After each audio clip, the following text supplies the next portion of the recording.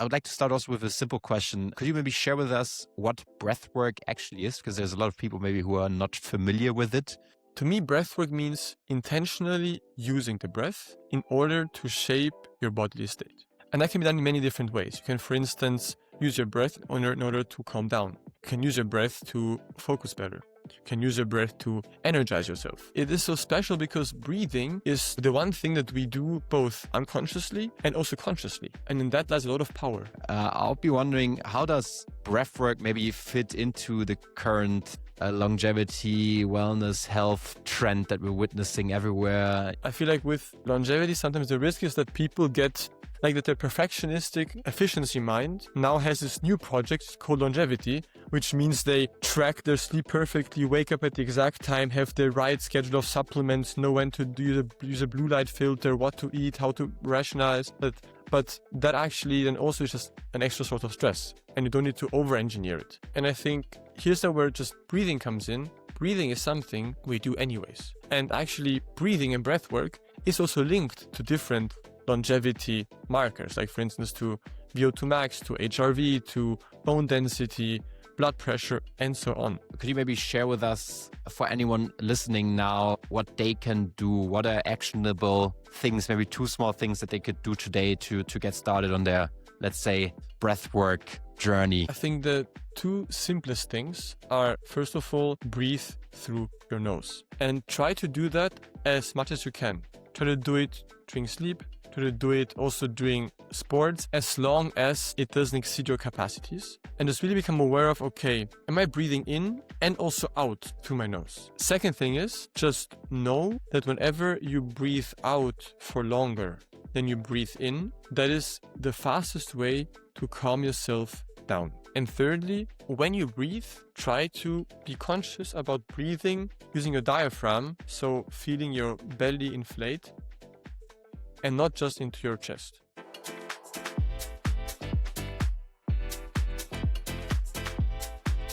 Welcome to Be Well, Livian. Today I'm joined by Livian Enachescu. He works at the Nice. intersection of clinical psychology, neuroscience, and breathwork. And he coaches founders and other high performers. And I'd like to focus in today's episode on breathwork and what each of us can actually do to regulate ourselves through breathwork or through tools like breathwork. And I think Livian is an amazing person to talk about this on this podcast. Livian, thank you very much for joining. And maybe before talking more about the tools each of us can use, I would love to hear a bit about your background. And it would be amazing if you could introduce yourself and share a bit about what made you to the person you are today. Beautiful question. First of all, hello, and thanks for having me. Where do I start? What made me the person I am today? So I guess maybe just for some background, I am one of those fellow high achievers who used to attach his self-worth onto his performance 1,000%. Like straight A's was the only option.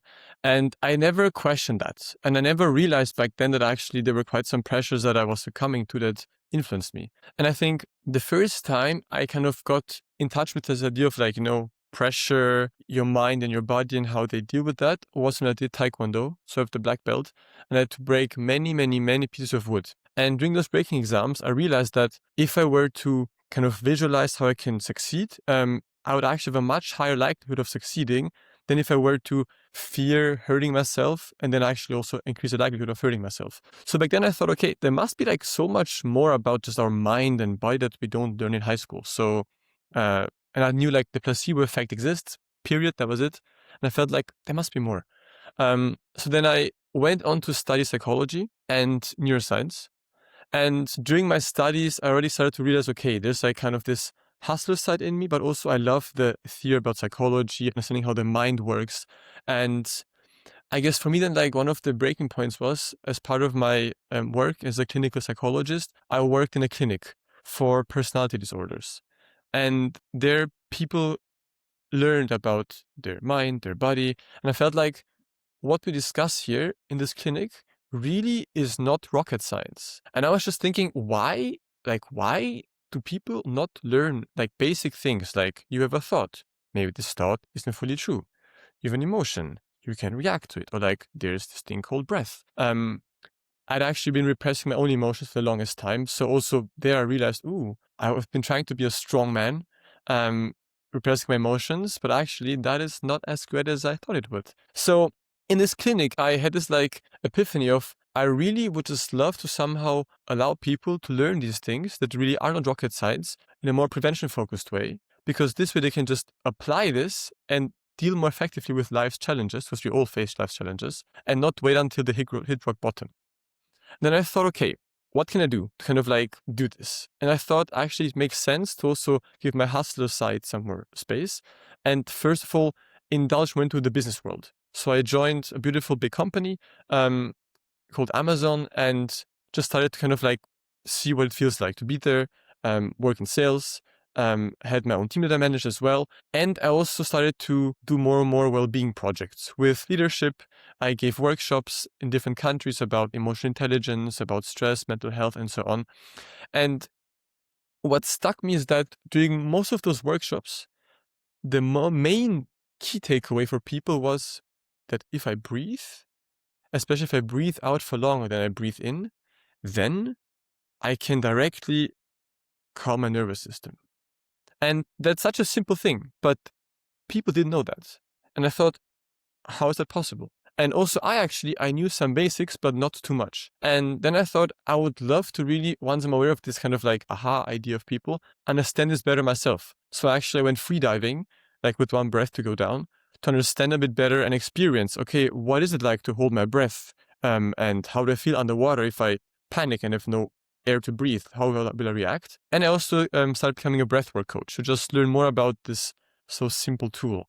And basically now all I'm doing is to just try to use this understanding of me being a psychologist, understanding our nervous system from neuroscience, and also the breath to help other high performers, be it leaders, founders, or whoever else is under constant pressure, to just deal with this pressure more selectively. And I guess in that work, I kind of also just hope to share tools that my younger self would have very, very much appreciated to know earlier on. Amazing. Livian, maybe just for context, you also have a psychological education, right? Or neuroscience, if I'm not mistaken. Or is that also your education prior to join a big tech company? Because that's also Yeah. an interesting combination, right? That you have that background and then join sort of big tech. Also quite fascinating, right? It's not something that exists a lot of times. Is that your background also Yeah. educationally? In education? Exactly. In So terms of I'm a education? I'm a licensed clinical psychologist indeed. And I've always had like this hustler side in me. So also like tried setting up a startup and work with investors earlier. But indeed, it was a rather unusual switch. Also, my friends were like, Livian, what are you doing? Like, why? So yeah, not many people do this random career switch. That's true. Yeah. But I assume it offers plenty of opportunity to get to know oneself, right? When you sort of get to these, sort of if you start managing people and these kind of things, but you'll know about it a lot better. Maybe I would like to start also with a simple question. Could you maybe share with us what breathwork actually is? Because there's a lot of people maybe who are not familiar with it. And maybe some people have never heard of it, right? That is there breath work? I thought it was something I just do passively and I just breathe, you know? Maybe bring us along for someone who's never heard of the concept or the tool of breath work. What is it? How would you explain it to someone? Yeah, of course. So, I mean, breathwork is also now starting to boom a lot. People use it in very different ways. But I would just say, to me, breathwork means intentionally using the breath in order to shape your bodily state. And that can be done in many different ways. You can, for instance, use your breath in order to calm down. You can use your breath to focus better. You can use your breath to energize yourself. You can use your breath to actually get into a state of less CO2, where also less oxygen gets delivered to your brain. And this way can actually enable some emotional release, or like some stuff that's been stored to kind of like let go of, which normally in your everyday life, your ego wouldn't allow you to let go of. And you can also use breath work to basically teach your system to breathe more effectively, functionally, and this way improve your abilities to use oxygen and therewith expand your capacity to deal with stress. So all of these are different branches of breathwork. And I think it is so special because breathing is the one thing that we do both unconsciously and also consciously. And in that lies a lot of power. Amazing.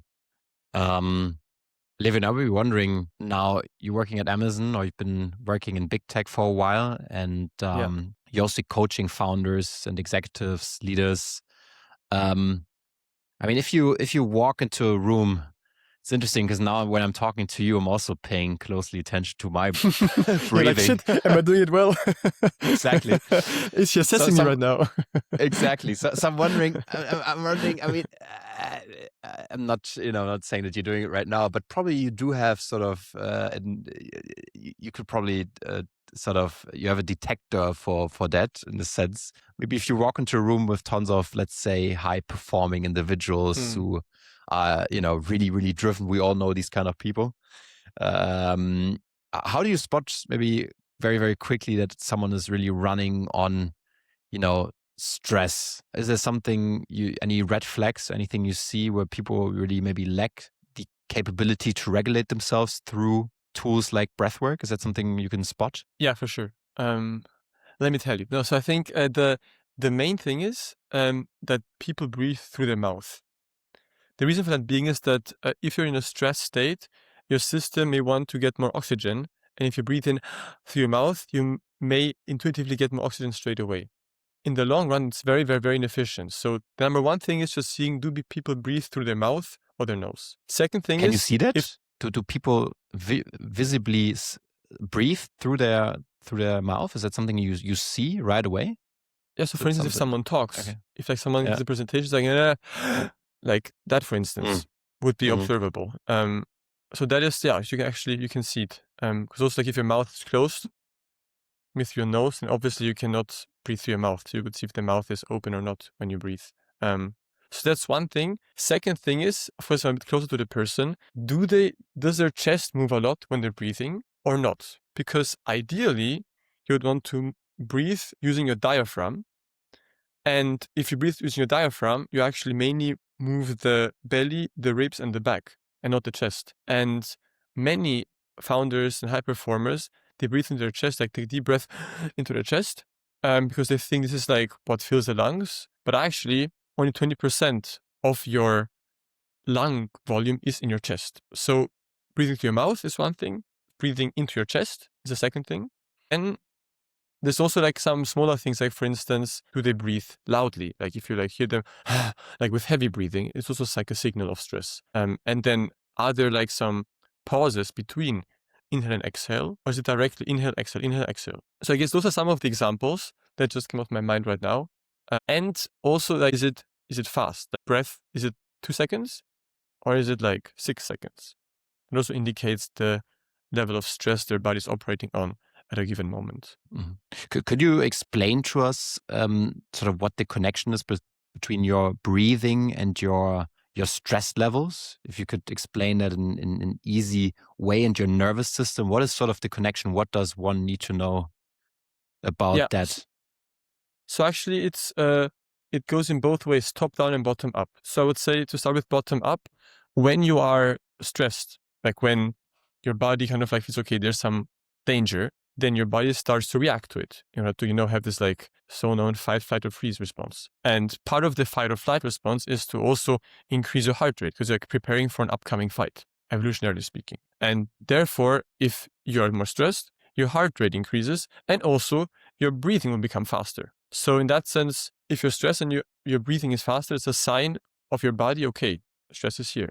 At the same time, there's also, of course, a top-down influence because, as I said before, if you are stressed and you actually consciously do some breathing techniques, like for instance, longer exhales that help you to relax a bit, then you can directly also tell your nervous system you're safe, and this way consciously impact the stress response and make it decrease over time. So in that sense, the link is, as I said, between breathing and stress is like both. It's bottom up and also top down. And what is the difference between, let's say, there's good stress and bad stress, isn't it? There's chronic stress. Could you Mm-hmm. illustrate us that? Is there sort of a difference in terms of what kind of stress, what kinds of different stress types we have as humans? Yeah. So I would actually respond to this in two ways. First of all, it's of course about the intensity. Because like, there's like a stress from very little to very, very high. And so some people say, oh, I operate under stress. Yes, you do. But up to a certain level, because at some point, if the stress gets a lot of high intensity, is like at its peak, just reacting in this survival state, then that is with the very, very high intensity, I would say bad stress. At the same time, it's also a thing about how do you frame this stress, because stress is like some sensations in your body, and then you subjectively attach a meaning to it. And this meaning can be, for instance, okay, I'm now actually prepared to, for instance, like Usain Bolt, I'm prepared to now do a sprint, my body is ready to execute. There will be like in that sense, more positive framing, as long as the intensity is not like through the roof. At the same time, if I have like a framing of, oh shit, it is, I'm starting to feel this, my hands are sweating, oh no, what will happen? Then we kind of like also just frame this stress more negatively. So I would say that this, it's also called eustress and distress, it is in German, depends on the intensity and also the framing you attach to it.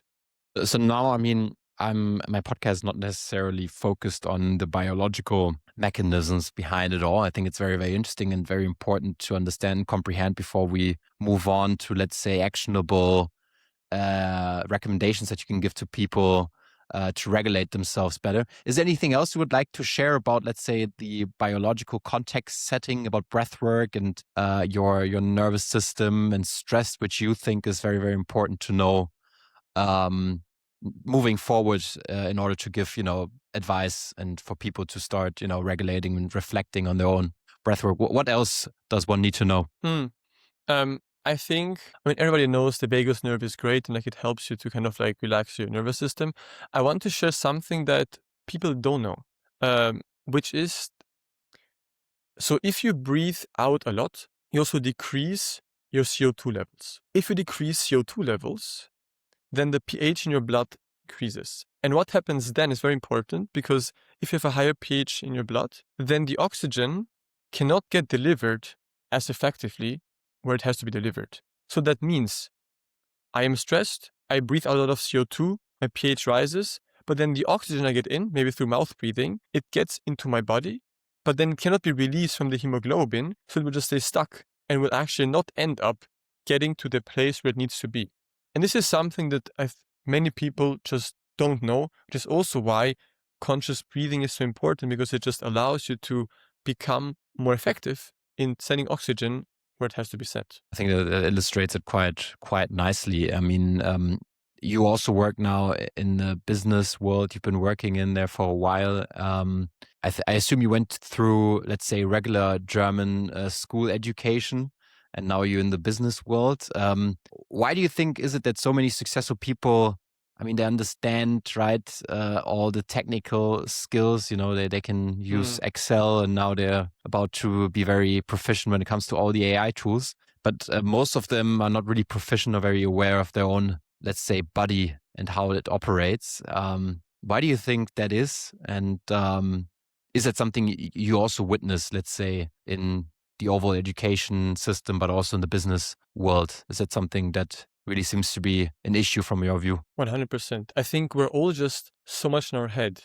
and we never learn to just understand our body, which to me is crazy, because our body is such a like finely tuned machine, and it like works continuously, like just scans signs and like gives us feedback. And because you actually never, like in high school, like, or even in university, you never ever get asked, okay, where in your body do you feel something? Even though there's something going on all the time. And I think that's why, because just you don't get the chance to reflect on it.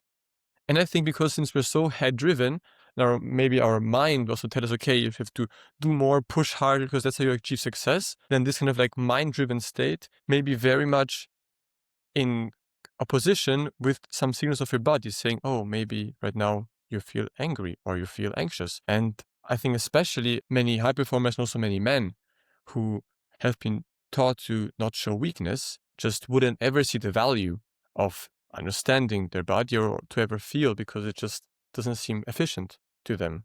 Yeah, but the issue is that oftentimes it's difficult, right, for people to make that tangible. I think that's what people probably struggle with. Where's the right setting to educate people about that, right? I mean, if I look at a business school, they want to give you, certainty, and they want to sort of, put you on the right way, on a structured way, and give you sort of security and certainty. But maybe what we're witnessing, especially right now, is that there's no certainty, right? And maybe it's important to also, or to reconnect with your body, right? In a sense. But I'm not sure in what kind of setup you do it best. I mean, how do you do it? I mean, you experience it, right? In an environment where you're working, right? What kind of setup is ideal for people to reconnect with themselves and listen to these feelings? Where can people really do that in today's world? Yeah. So that's why basically I try to also then create these spaces, being in like a one-on-one session or a group setting, or just like in other like small moments where I witness something and try to just like plant a small seed of something in there. But indeed, like there is a lack right now of these spaces where people can just feel safe to do that and tune into their bodies. And I think it's something that we have to create more and more together. Um, and just to add one thing, because business schools don't teach that, and I understand maybe the rational thinking, I just need your mind and just your Excel sheet knowledge and whatever.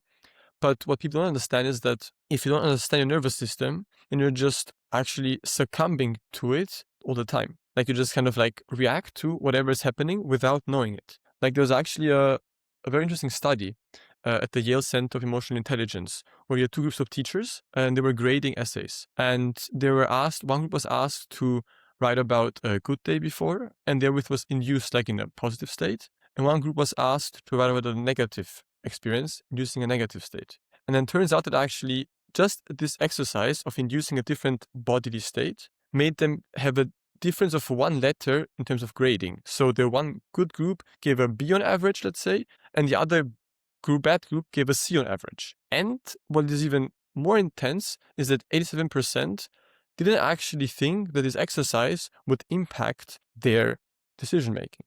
And now let's just think about what that means, because if teachers, just by journaling about a good versus bad day, give a one letter grade difference in grading and unaware of it, how do our emotions and our nervous system states impact every small decision in our business world without us ever being aware of it? And I think because of that reason, this is something that really should go into all business schools. And maybe beyond other education institutions. And beyond. It should be part of like kindergarten, in my opinion. Yeah. Livian, I'd be wondering, maybe if you could share a couple of details about your current work that you're doing. And then we move on, discuss a bit more what can people actually do in their daily lives to maybe start, entering that space and start dealing with breathwork. I mean, you're sharing that you've had 70 clients, plus 70 clients, 300 workshops that you have led. What patterns do you keep seeing with people that you are coaching or that you're working with? Is there anything that appears? Are most of the people who you coach, have they never really, done anything about their breathwork yet? Are they sort of beginners or rookies? Or would be lovely if you could share a bit something about your practice of working with clients or coachees. Of course.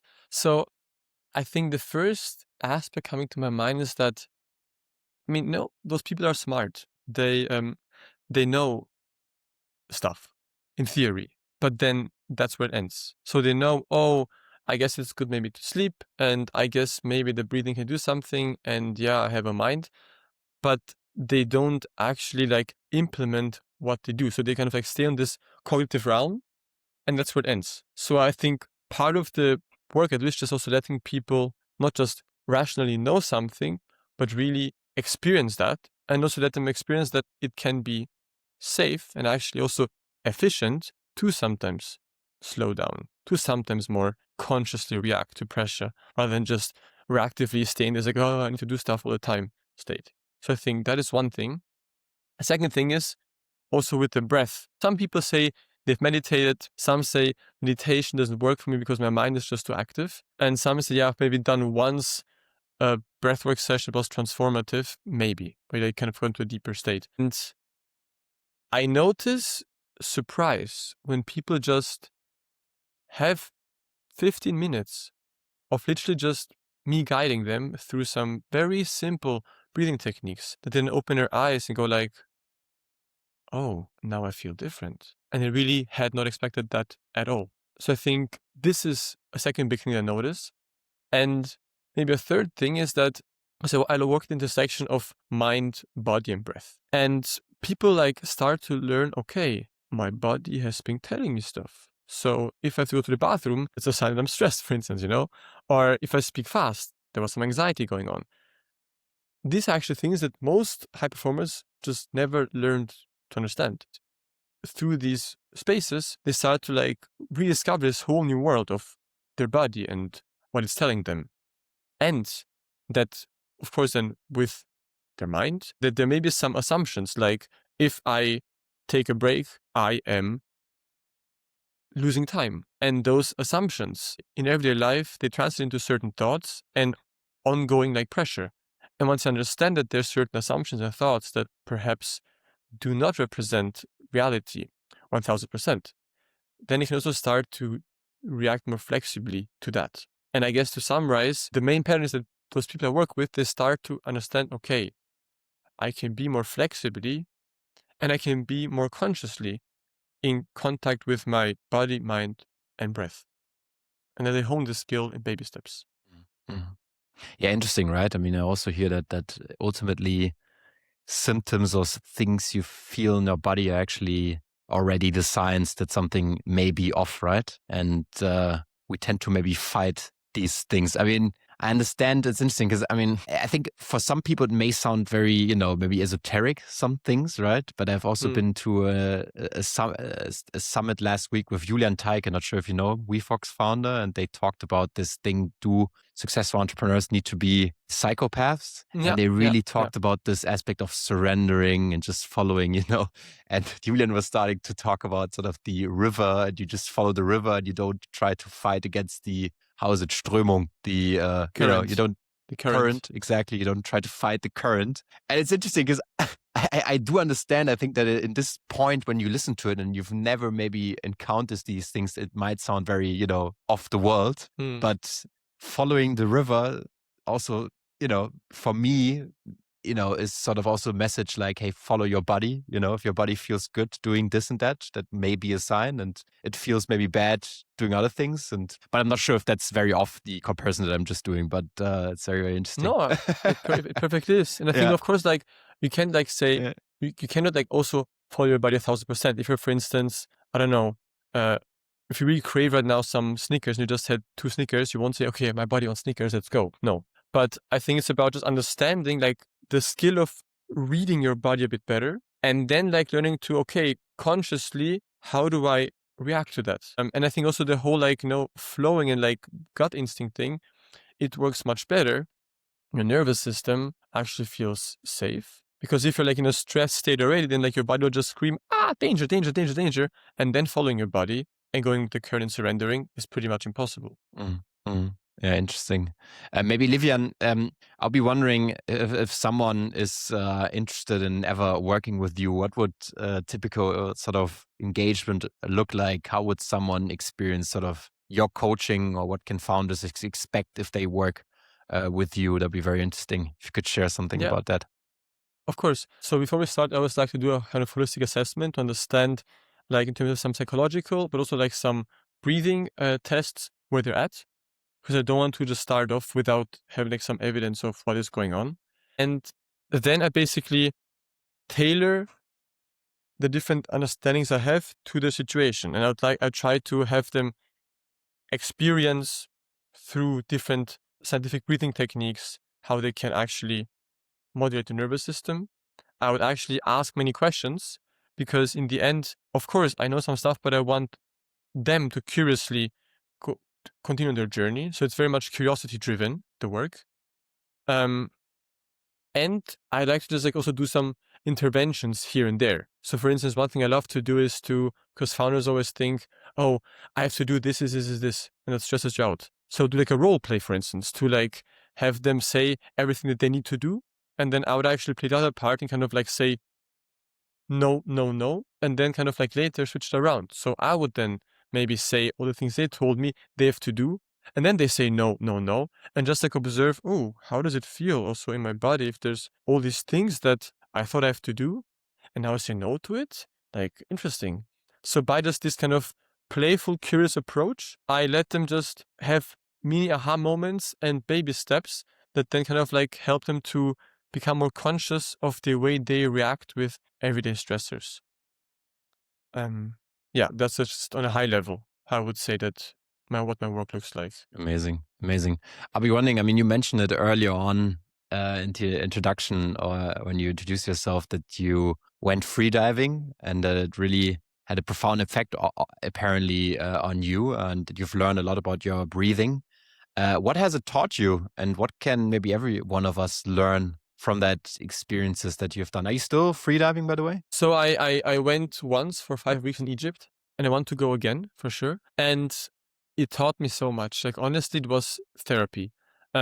Simply because at the start, so you first learned more about your breathing in your body and oxygen delivery. And then I could actually have quite once I understood how it works and that the first thought I need to breathe doesn't actually mean you really have to breathe. Then I could actually hold my breath quite long. And then we went into the water and immediately my mind said, Livian, you are so talented. Now you need to do a super deep dive from the start. But then like this mind state and like this pressure that my ego was trying me to believe made it for me impossible to dive. So I just couldn't like equalize after 2 meters because there was so much in my head and there was so much tension in my body. And the funny thing is, I was thinking, oh, I'm relaxed. Like my mind told me, you're relaxed because you're like a psychologist, you know this, it's fine.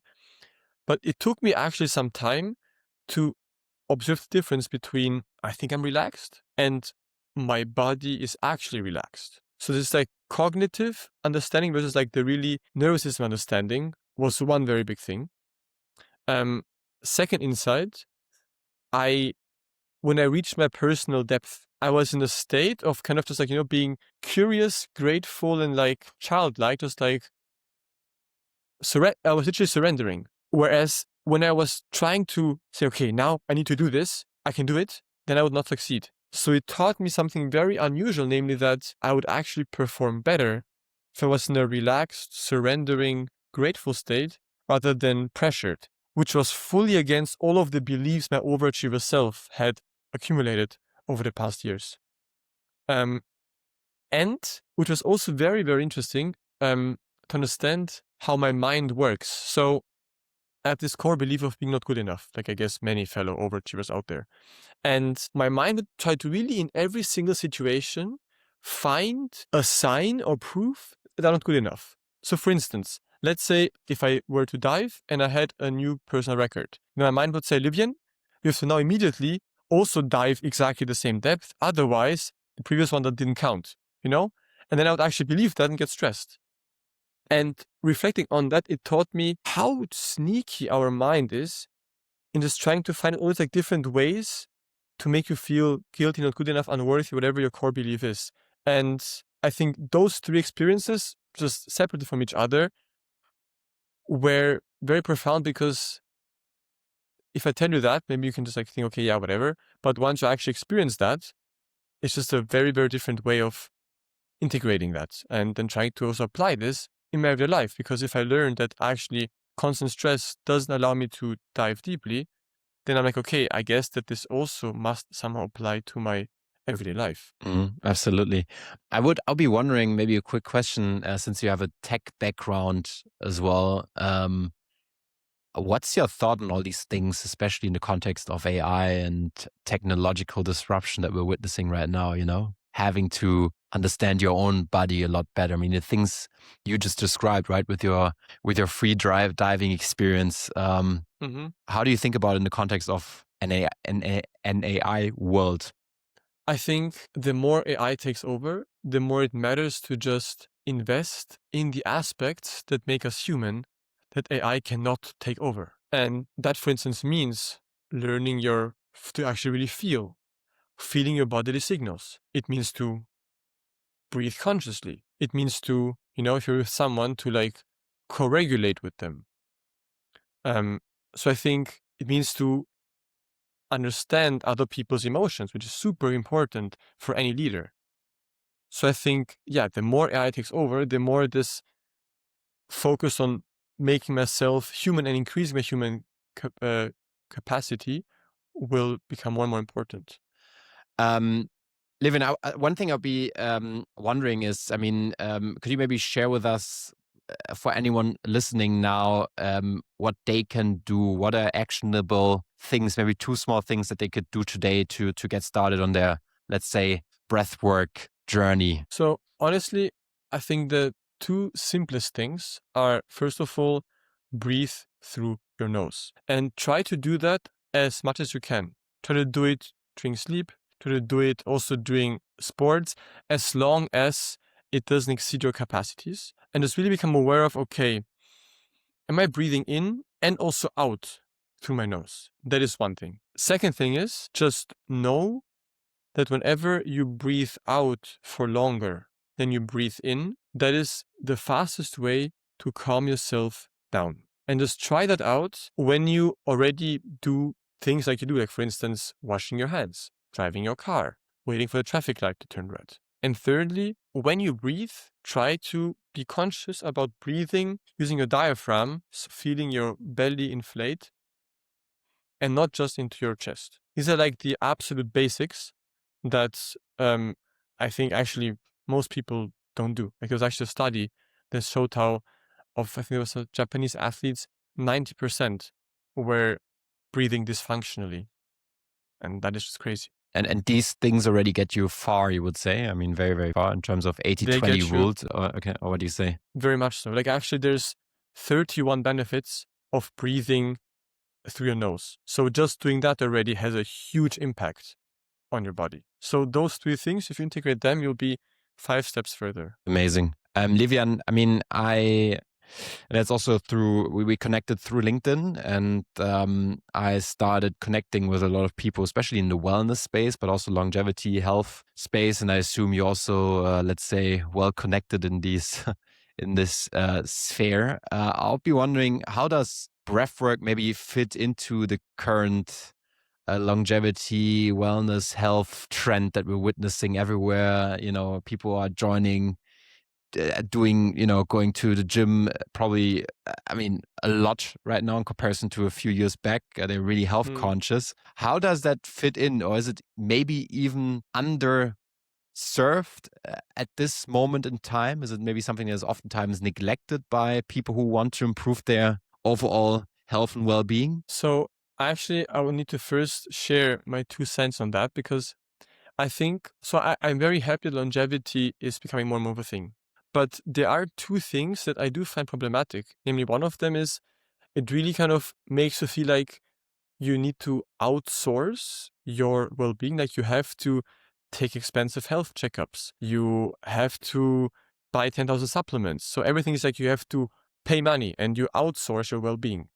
While this really shifts your locus of control to the outside, when there's actually so many more things, like just your breathing, that can already do a huge difference.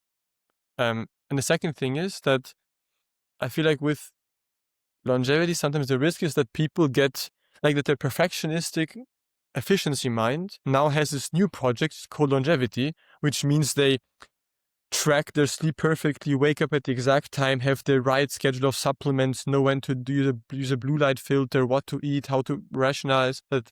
But that actually then also is just an extra source of stress, and you don't need to over-engineer it. And like, for instance, I recently saw that, Alisa Liu, this like Olympic medalist on ice skating, she had a lava cake before a performance and she won Olympic gold. So I think it's just good to sometimes realize, yes, it's important to be very much health aware, but you also need to over-engineer it. And I think here's where just breathing comes in. Breathing is something we do anyways. And actually, breathing and breath work is also linked to different longevity markers, like for instance, to VO2 max to HRV to bone density, blood pressure, and so on. So by just increasing the consciousness about something that you do already anyways, you can improve so much, and also drastically lower your stress levels. And stress is pretty much a risk factor for any of the diseases out there.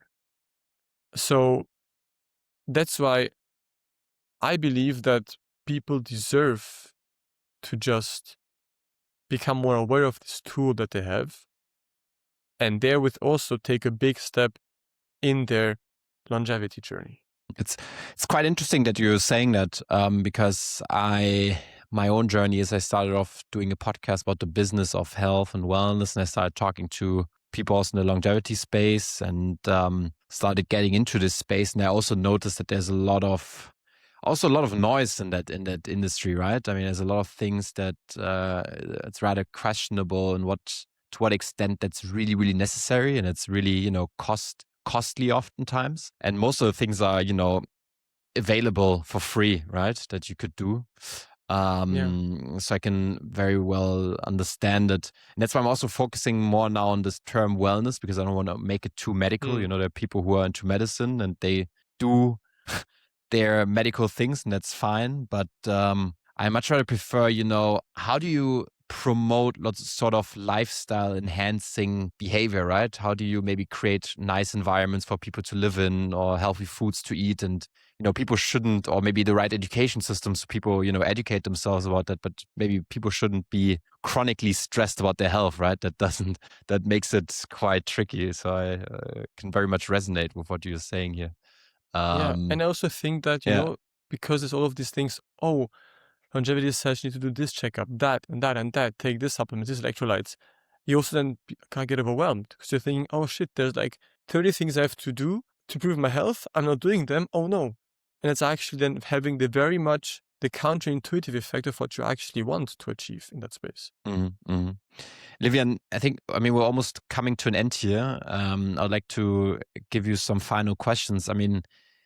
I'll be wondering, how has your own relationship maybe with pressure and performance changed since also being a teacher and coach yourself, and maybe compared to your older self? You mentioned your background, that you're very much from a pressure-driven background, I would say, if that's described in a fair way. For sure. How has your view changed, and maybe your values view on relationship, on pressure and performance overall? That's a very good question. And I must say, after all, I'm still human and I still experience high pressure. And I also sometimes just succumb to it, simply because I would say I am an enthusiast, a learner, but nobody is an expert ever.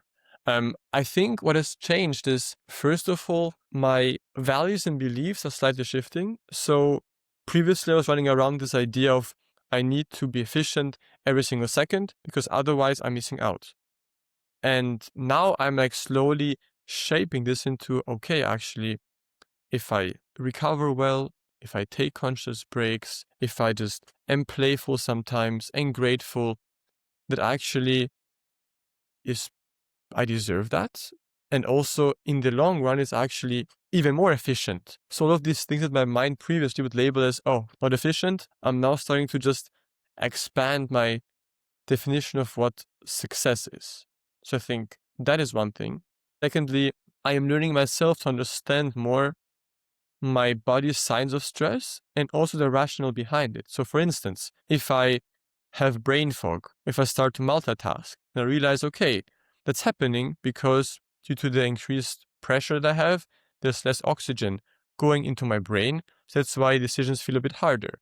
And then I just see that, okay, this is going on. So the thing that makes sense now is to just take a step back and recharge, because if I push more, I will just end up in a vicious cycle. So just my own consciousness about those small signals is increasing. And I think I start to take myself more seriously, because I would previously just make sure to do everything for the rest and please everybody and be hyper efficient and succeed in everything I can do. And now I'm realizing, if I don't take myself first and make sure my energy levels are good, then I cannot optimally be there for others. And that is 1000% true for every single founder, leader, and high performer out there. Amazing. Livian, is there anything else you would like to share with the audience? It was incredible having you here today and learning a bit more about breathwork. Is there anything else you'd like to share with listeners, be it about yourself, about breathwork, about anything else you feel like is worth sharing? Was anything else you feel like was not asked in this episode that you feel like is worth sharing here? I guess the only thing is that right now, I'm also myself in quite an explorative state. Basically, I just want to invest my energy into this. So if this speaks to anybody about co-creating something, be it workshops, some platform, anything, or if people want to just know more about that, I'll just be happy to hold the space, to share my energy, and just see what beautiful emerges out of it on the flow of life. Amazing. Hey, Livian, thank you very much for joining. Wishing you all the best, and thanks a lot for taking the time here. Maybe we'll have some time to catch up. I would love that. It was a pleasure to be there, and all the best to you too. Take care, everybody. Thanks.